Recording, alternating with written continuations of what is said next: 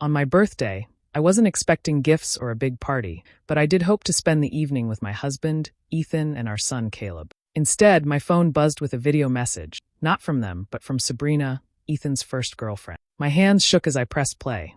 In the video, Caleb hugged her tightly and said he wished she could be his mother. I stared at the screen, my heart pounding so hard it almost hurt. The words felt like a slap. I didn't call Ethan to ask why. I didn't cry or scream. I simply stood up, walked to the bedroom, and pulled out my suitcase. Every movement felt deliberate, controlled. I folded my clothes, zipped the bag shut, and carried it to the living room. On the coffee table, I placed the signed divorce papers I had prepared months ago, but never thought I'd use. The house was silent except for the ticking of the clock. Hours later, the front door opened. Ethan stepped in, looking tired but carrying that casual arrogance he always had. He seemed confused when he saw me sitting there in the dark. His eyes flicked to the suitcase, then to the papers. "What's going on?" he asked, his voice sharp. "I want a divorce," I said quietly. My tone was steady, almost cold. Ethan leaned back on the couch, a half smirk on his face, like he'd just heard the punchline to a bad joke. "A divorce? You really think you can pull that off? You'll walk away with nothing, Lena. No money, no house. And Caleb? Forget it. He's staying with me." The way he said it wasn't just confidence. It was a dare. He wanted me to fight back, to lose my temper, to give him the satisfaction of seeing me break. But I didn't give him that. "Sign the papers, Ethan," I said, my voice flat. He shook his head slowly, like he was talking to someone too foolish to understand the rules. "You think you can survive without me? You've been cushioned all these years, living off what I provide. Out there, you'll have nothing." The air between us felt heavier than the silence that had lived in our home for years. I could feel my hands tightening into fists, but I didn't move. Footsteps sounded on the stairs, and Caleb appeared. His hair was messy, his expression groggy, but his eyes were alert the second he sensed tension in the room. He looked from me to Ethan, then narrowed his gaze. "What's going on?" he asked, his tone sharp.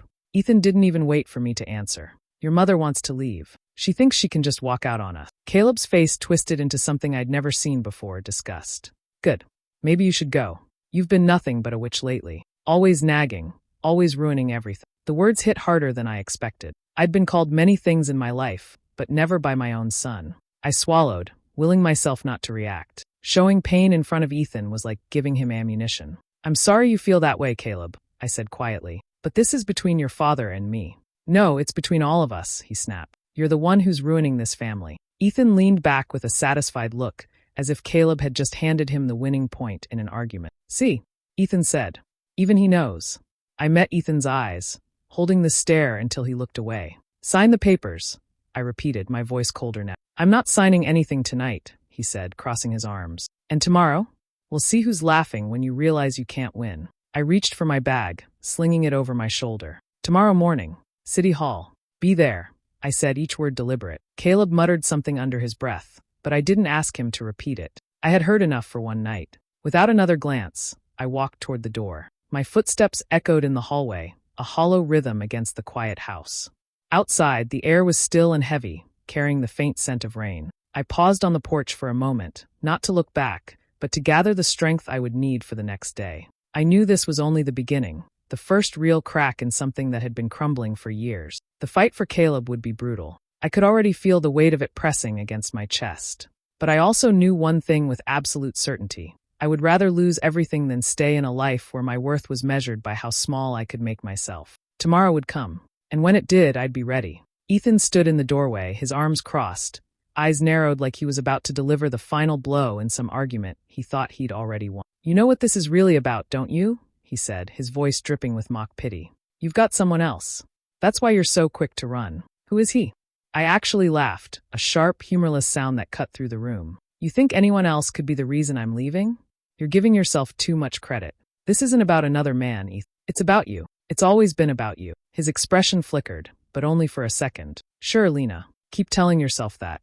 But we both know women don't leave unless they've got someone waiting for them." I didn't bother to answer. Instead, I zipped my suitcase, the sound loud in the still air, and walked past him. His cologne lingered faintly, once a comfort, now just a reminder of years wasted. I didn't tell him where I was going. I didn't tell anyone. There was power in that silence, in knowing he would have no clue where to start looking for me. The less he knew, the better. The night was cool when I stepped outside, the kind of air that wakes you up from the inside. I tossed my bag into the trunk, slid behind the wheel, and started driving. The roads were almost empty, the glow of the streetlights sliding over the hood of the car like slow-moving waves. When I reached the airport, I parked, walked inside, and handed over my ticket without hesitation. Every step I took away from that house felt like peeling off a layer of skin that didn't belong to me anymore. As I sat at the gate, my phone buzzed. Caleb's name lit up the screen. For a moment, I considered letting it go to voicemail, but I couldn't. I swiped to answer. "Why did you take my hoodie?" he demanded, his tone more irritation than concern. I closed my eyes. "Caleb, I didn't take your hoodie." "Yes, you did. It's not in my closet, and Dad says." "Caleb," I interrupted, my voice steady. "This isn't about a hoodie." Before I could say more, another voice came on the line, sharp, impatient. "Are you seriously arguing with a child right now?"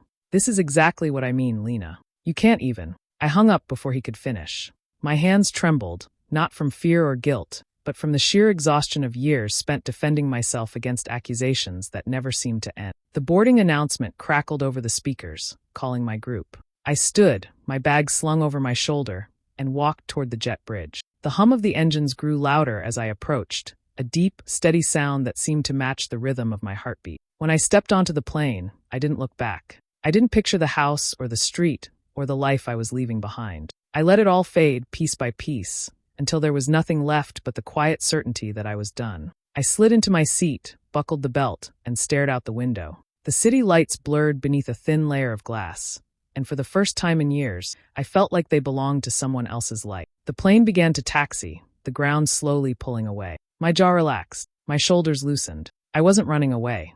I was simply leaving, without permission, without guilt, without a single thread tying me to where I'd been. And this time, I knew I would never return.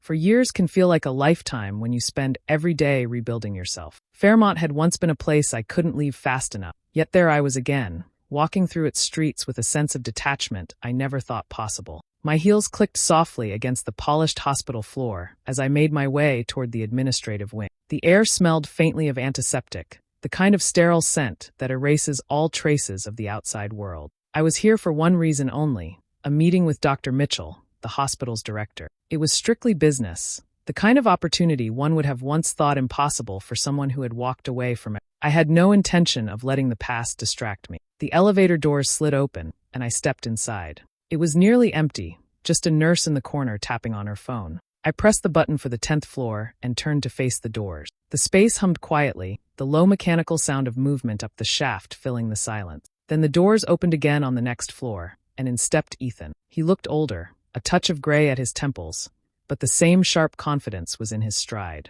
Beside him was Sabrina, the woman from the video that had detonated my life. Her hair was perfectly styled, her perfume curling through the air like a silent intrusion. For a split second, none of us moved. The air felt heavier, as if the small metal box had suddenly shrunk. My stomach tightened, but my face stayed neutral. "Well, if it isn't the great disappearing act herself," Ethan said, breaking the silence. His tone was part sarcasm, part accusation. I kept my eyes on the glowing floor numbers above the door. "Ethan." My voice was polite, flat, the kind of tone you reserve for strangers in an elevator. Sabrina tilted her head with a smirk. "We were just talking about you the other day," she said, her words slow and deliberate. "I'm sure you were," I replied, not looking at her. Ethan took a small step closer. "For years, Lena. Not a word. You vanish, no explanations, nothing. You owe me." I turned to face him then, my expression calm but my gaze unflinching. "I don't owe you anything." The doors slid open on the 10th floor. Without another word, I stepped out, the sharp click of my heels echoing down the corridor. I didn't glance back, though I could feel his eyes on me. Sabrina's perfume still lingered in the air, but with every step I took away from that elevator, it seemed to fade. Dr. Mitchell's office was at the far end of the hall. The frosted glass door stood slightly ajar, and I pushed it open, greeted by the warm tone of his voice as he rose from behind his desk.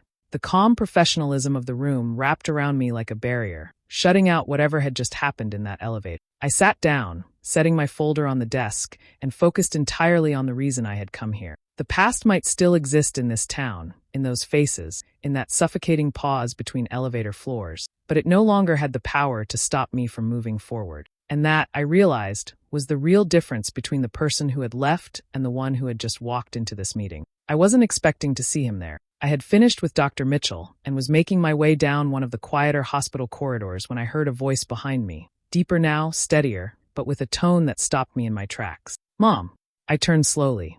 Caleb stood a few feet away, taller than I remembered, his shoulders broader, his his hair a little longer. The boy I'd left behind was gone. In his place was a young man with guarded eyes. For a moment, neither of us moved. The fluorescent lights above cast a pale glow on his face, highlighting the sharpness in his expression. "Caleb," I said, my voice quieter than I intended. His gaze didn't soften. "I didn't know you were here." "I had a meeting," I replied, unsure how much to say. The space between us felt impossibly wide, even though it was only a few steps. I wanted to close it, to hug him, but something in his posture told me not to. His voice had a weight to it now, each word deliberate. "You left." It wasn't an accusation exactly, but it carried enough hurt to make my chest tighten. "I did," I admitted. There was no point pretending otherwise. Before I could say more, a familiar, saccharine tone cut through the hallway. "Caleb, there you are."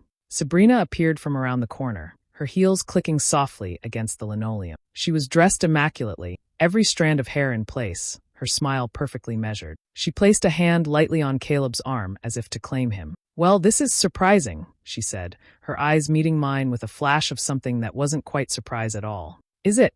I asked, my voice even. Her smile tightened. "I just didn't expect to run into you here, that's all." "I'm sure," I said. Caleb shifted uncomfortably between us, glancing from me to her. "We should probably go," he muttered to Sabrina. But she wasn't finished. "You know, Caleb's been doing so well. Honor roll, basketball team, he's thriving." Her tone made it sound like she was responsible for all of it. "I'm glad to hear that," I replied, keeping my voice controlled. I never doubted he could. Her eyes narrowed just slightly, the way someone might react when a chess move doesn't go as planned. "Some of us have been here for him," she said lightly, but the edge was there. I felt the sting in her words but refused to let it show. "And some of us know when stepping back is the only way forward." The pause that followed was short but sharp, and in that moment, Caleb looked away, his jaw tightening. Sabrina gave a small, dismissive laugh. "Well, it's been interesting, but we really should be going." She squeezed Caleb's arm gently, steering him toward the elevator. I didn't stop them. I just watched as they walked away, the sound of their footsteps fading until the corridor was silent again. There was a bitter taste in my mouth, not just from her words, but from the way Caleb hadn't looked back. The years between us had built walls higher than I'd feared, and seeing him now made me realize just how much work it would take to even start breaking them down. I stood there a moment longer before turning toward the exit, the echo of that meeting following me all the way out of the hospital. I had almost made it to the parking lot when I heard my name, sharp and deliberate, cutting through the quiet hum of the hospital entrance. I turned, and there was Ethan, striding toward me with that same determined look I remembered all too well. He stopped close enough to make his presence feel heavy, but not close enough to touch. "You weren't going to say anything?" he asked, his voice low but charged. "About what?" I said evenly. "About being here. About showing up after all this time like you didn't vanish without a word." His eyes searched mine, looking for some crack in my composure. I didn't give him one. "I was here for a meeting. That's all." His mouth twisted into a half-smile that didn't reach his eyes. "Come on, Lena. You don't get to disappear for years and then just breeze past me in a hospital hallway." He glanced toward the doors, then back at me. "Have dinner with me." "No," I said without hesitation. "Hear me out," he replied quickly. "One dinner. If it gets ugly, you can leave. No questions, no scenes. Just talk to me. You owe me that much." "I don't owe you anything," I said, but the words felt heavier than I wanted them to. He studied me for a moment, then softened his tone. "Maybe you don't owe me. Maybe you owe yourself. You've got questions, and so do I.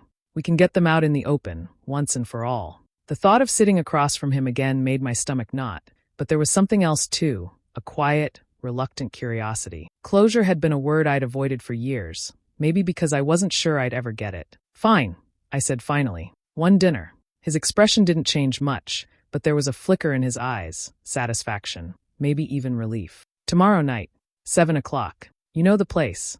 I almost laughed. Of course I knew the place. There was only one restaurant he would choose. The same one we'd gone to on anniversaries, on birthdays, on the rare nights when things between us felt easy. Back then, its soft lighting and quiet booths had been a kind of escape from a place where I could pretend we were happy. The next evening, when I walked through its doors, nothing about it had changed. The warm amber glow from the overhead lamps, the faint scent of garlic and wine in the air, the muted clink of glasses. It was all exactly as I remembered. The only thing different was me. I no longer felt the need to smooth my dress nervously or wait for his approval before ordering. I didn't scan the room to see if anyone was watching us. I didn't measure my words to avoid setting off some invisible tripwire in his temper. I took a seat, feeling the leather of the booth beneath my hands, and looked around at the familiar space.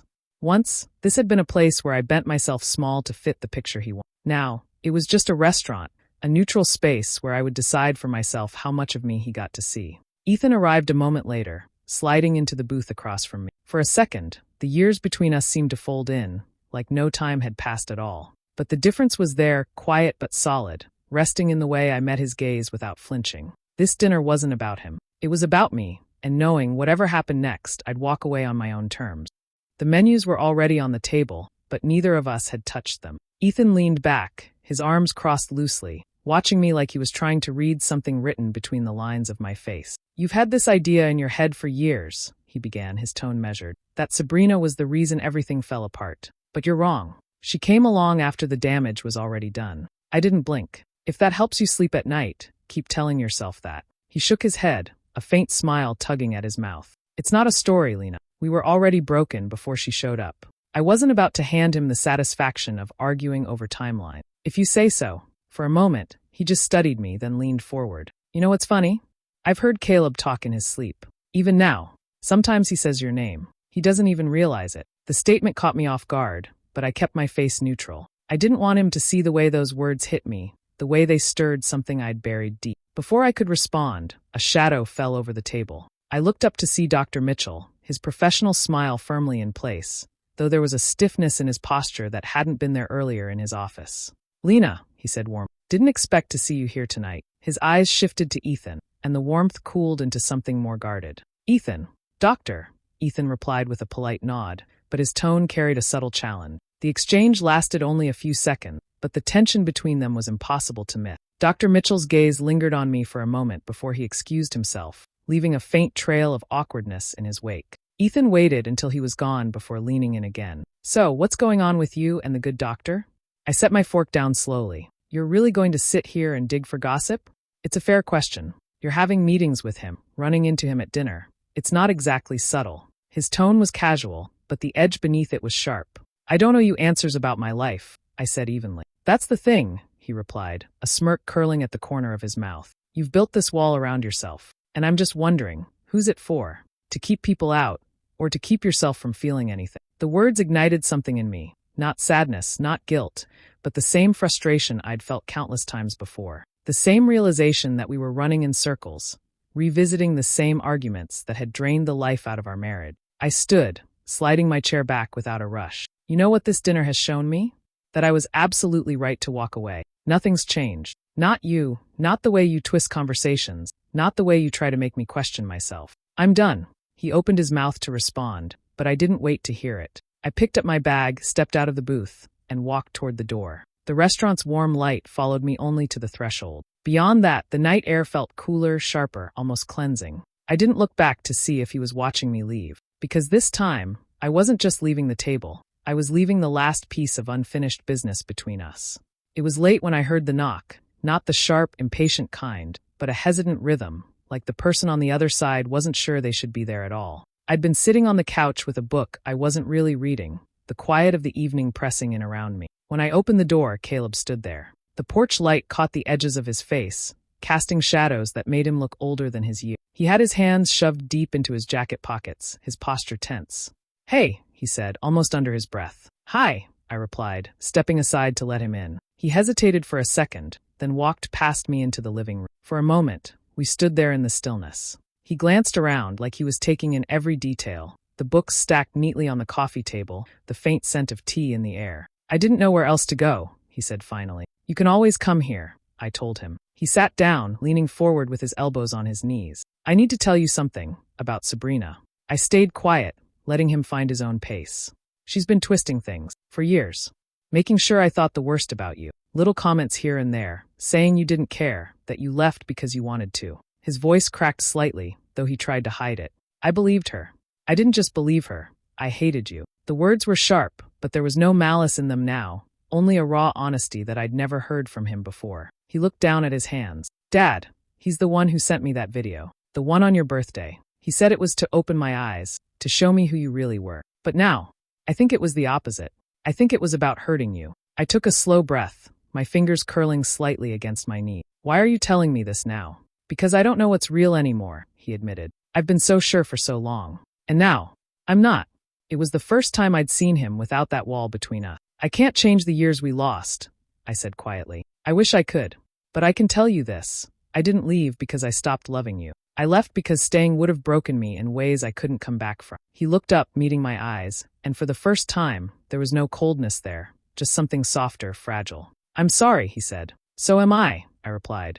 We sat there in silence for a while, not because we'd run out of things to say, but because the space between us didn't feel so impossible. And the regret was there, yes, but so was the faintest trace of something else. Hope, cautious and unsteady, but real enough to feel. When he finally stood to leave, I didn't try to hold him back. You know where I am, I told him. He nodded once, and as the door closed behind him, I realized that for the first time in years, I believed he might come back. The morning sunlight was barely filtering through the blinds when I heard the knock. It wasn't Caleb's. This one was deliberate, practiced.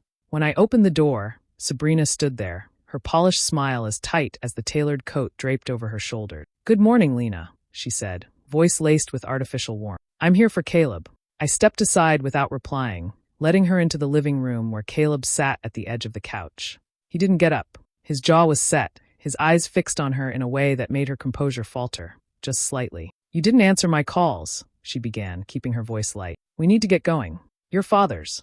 Stop, Caleb cut in, his tone sharper than I'd ever heard with her. We're not doing this anymore. Sabrina blinked, the smallest flicker of surprise breaking through her mask. Doing what? You know exactly what, he said. You've been feeding me lies about my mom for years. Every time she tried to reach out, you twisted it. You wanted me to hate her, and it worked. I did. But I'm done letting you control the story. Her eyes darted toward me, then back to him, calculating her next move. Caleb, sweetheart, you're upset.